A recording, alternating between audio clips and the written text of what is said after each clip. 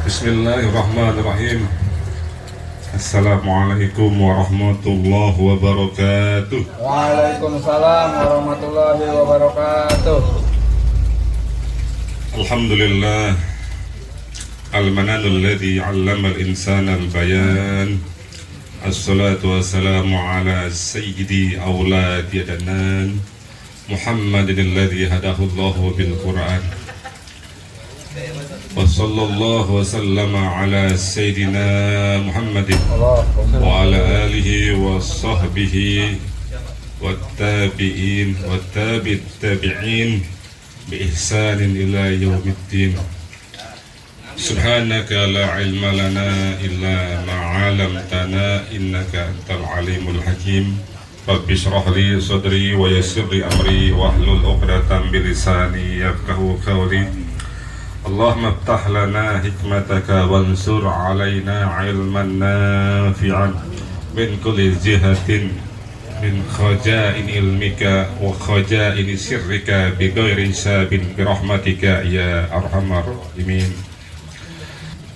Ustaz, bagaimana caranya supaya bisa kita semua terbebas daripada setan dengan rayuannya, daripada setan dengan permusuhannya? Tidak lagi lain ketika Nabi Muhammad SAW diberikan satu kekuatan, yang memberikan kekuatan adalah malaikat Jibril. Malaikat Jibril diberikan kekuatan dari Allah Subhanahu wa Ta'ala. Akhirnya Rasulullah sampai ke Sidratul Muntaha. Rasulullah sampai untuk menghadap kepada Allah Subhanahu wa Ta'ala. Lalu bagaimana dengan kita?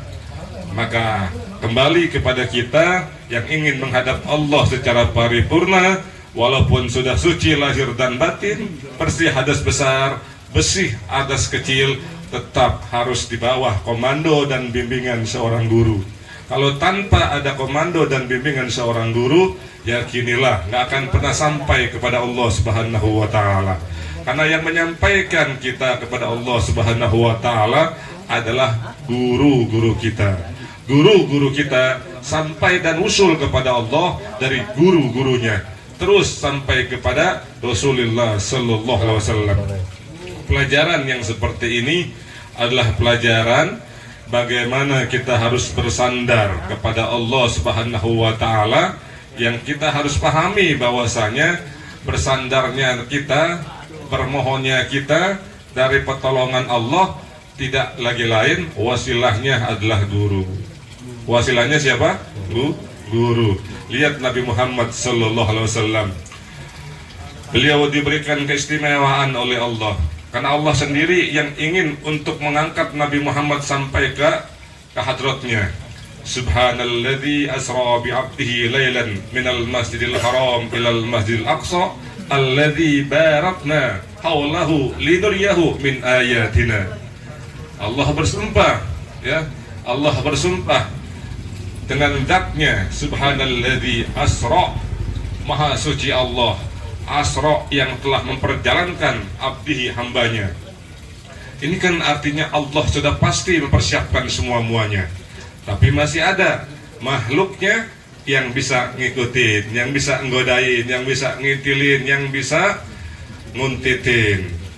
Apalagi kelas kita, apalagi kelas kita, maka wajar ketika sholat pengennya nggak sholat, ketika sholat pengennya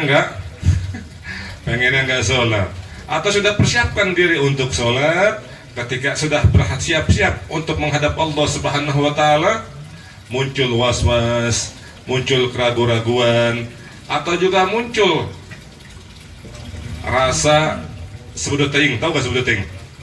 Masa bodoh dah, begitu. Diterima nggak diterima, yang penting hadap Allah, begitu. Padahal nggak begitu juga, ya. Makanya perlu adanya bimbingan. Nabi Muhammad dikasih doa sama Jibril, setannya kabur, terbakar. Begitu juga selama Nabi Muhammad Sallallahu Alaihi Wasallam, sebelum beliau wafat, beliau selalu didampingi oleh Jibril. Artinya beliau tidak pernah putus berhubungan. Begitu juga kita, kalau ingin selamat, jangan pernah putus berhubungan dengan guru. Siapapun guru kita, berikan berikan apa yang kita bisa kepada kita punya guru, agar guru kita punya perhatian kepada kita.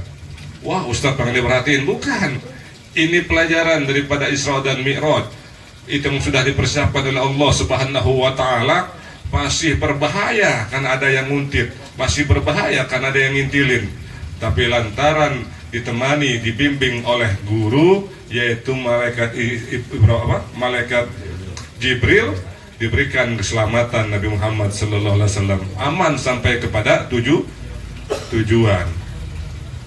Bahkan Nabi Muhammad di situ sempat dites, ya, dikasih susu, sama dikasih arak, susu apa anggur, begitu, ya. Tapi karena ada seorang guru yang memberikan pelurusan dari segala kegundahan dan lain sebagainya. Di sini ada yang ketika menjalankan ibadah sholat tenang-tenang aja. Wah, sholatkan perbuatan baik, sholatkan perbuatan benar, gitu kan. Sholatkan perbuatan yang memang diperintah. Nggak ada perasaan ragu, nggak ada perasaan was-was, nggak ada perasaan keraguan-raguan dan lain sebagainya. Ada di sini. Yakin pasti diterima, yakin pasti ibadahnya diterima oleh Allah Subhanahu wa Ta'ala. Kelewatan yang kayak begitu mah, ya. Padahal kalau kita mau buka kartu apa adanya kita, wudunya udah betul apa belum, ya kan? Wudunya udah betul apa belum, syarat-syaratnya udah lengkap apa belum, rukun-rukunnya udah kita jalanin apa kagak, masuk kepada kaidah sholat, begitu juga rukun-rukunnya, syarat-syaratnya. Timbul pasti yang namanya keraguan-raguan. Ustaz, saya sudah berusaha menjalankan bagaimana tata cara wudhu yang baik, saya sudah berusaha semaksimal mungkin menggunakan air, dan saya tahu air itu air mutlak, air yang suci, mensucikan. Tapi kok kenapa ketika akan menghadap kepada Allah selalu aja timbul was-was, selalu aja timbul yang namanya kegundahan dan lain sebagainya? Ya memang begitu. Itu buktinya bahwa sholat kita akan diterima. Kenapa? Was-was dan gundah itu bukti setan masuk di situ. Bukti setan masuk, tandanya itu pekerjaan yang akan diterima oleh Allah Subhanahu wa Ta'ala. Setan nggak pengen gitu. Makanya ada salah kalau ada orang, ya, kegedean was-was juga salah, kegedean ragu juga salah. Tapi terlalu tenang, ya, tidak mikirin bahwa lengkap tidaknya persiapan dia untuk menghadap kepada Allah, ini juga jadi kebablasan. Ini juga jadi kebablasan.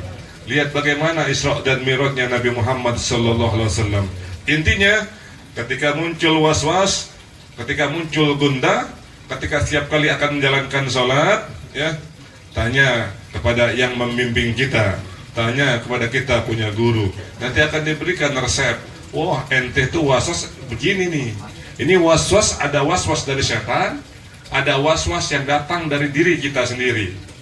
Mana was-was dari setan? Resepnya ini. Mana was-was dari diri kita sendiri? Resepnya ini. Begitu. Kalau sudah kita mendapatkan bimbingan seperti itu, insya Allah akan muncul ketenangan. Ini kan nggak pernah kita mah, ya. Sholat aja. Karena sholat aja, akhirnya rasa sholat gak pernah kita dapat. Habis sholat, ya udah biasa aja. Kenapa habis sholat biasa aja? Karena sholatnya biasa. Berbeda dengan sholat yang luar biasa.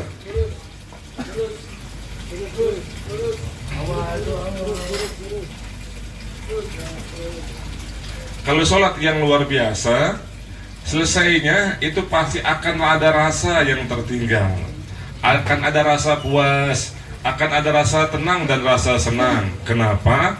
Karena habis melakukan hal yang luar biasa. Coba tanyain nama diri kita, habis sholat apa rasanya? Biasa. Habis sholat apa rasanya? Biasa, karena kita melakukan hal yang biasa, bukan yang luar biasa. Padahal sholat adalah mestinya keadaan di mana hal yang luar biasa yang kita kerjain. Sebabnya apa? Itu tadi di awal ketika akan melaksanakan sholat, setelah persiapan kita dari segala syarat-syarat sholat, ada doa yang harus dibaca. Rabbi a'udzubika min hamajatis syayatin wa a'udzubika rabbi ayyahdurun. Bahkan kalau itu masih belum mampu untuk menghilangkan was-was, agama ngajarin lagi, baca surah An-Nas. Bismillahirrahmanirrahim. Qul a'udzu birabbin nas, malikin nas, ilahin nas, min syarril waswasil khannas, alladzi yuwaswisu fi sudurin nas, minal jinnati wan nas. Persoalannya, kita baca itu enggak mau sholat. Oh enggak Ustaz, berarti enggak diganggu sama setan. Orang saya tenang-tenang aja kalau mau sholat kan udah bersih, udah suci. Berarti sholatnya biasa. Kenapa? Setan nggak tersentuh buat gangguin. Setan nggak tertarik buat godain. Berarti sholatnya biasa gitu. Tapi kan juga nggak bagus Ustaz kalau sholat kena was-was. Nggak bagus juga Ustaz kalau sholat dalam keadaan gundah. Betul. Tapi jangan salah, was-was dan kegundahan adalah bagian dari indikator adanya setan yang mengganggu ibadah itu. Dan ketika setan mengganggu ibadah yang dikerjain, itu ibadah adalah ibadah yang jadi ibadah terbaik di sisi Allah Subhanahu wa Ta'ala. Makanya supaya setan nggak bisa masuk godain, baca tadi itu doa sebelum kita mulai sholat. Kita baca bareng-bareng supaya bisa hafal, dan kedepannya sholat kita semua menjadi sholat yang terpelihara dan terjaga. Bareng-bareng. Bismillahirrahmanirrahim. Rabbi a'udzu bika min hamajatis syayatin wa a'udzu bika Rabbi ayyahdurun. Bismillahirrahmanirrahim. Qul a'udzu birabbin nas, malikin nas, ilahin nas, min syarril waswasil khannas, alladzi yuwaswisu fi sudurin nas, minal jinnati wan nas. Wallahu alam bisawab. Mudah-mudahan manfaat bisa dipakai, dibawa untuk menghadap pada Allah Subhanahu wa Ta'ala. Al-Fatihah. A'udzu billahi minasyaitonir rajim. Bismillahirrahmanirrahim. Alhamdulillahirabbil alamin arrahmanir rahim maliki yaumiddin. Iyyaka na'budu wa iyyaka nasta'in. Ihdinas siratal mustaqim. Siratal ladzina an'amta 'alaihim ghairil maghdubi 'alaihim waladdallin. Rabbighfir lana wa liwalidina amin. Doa Ustaz Hidayat.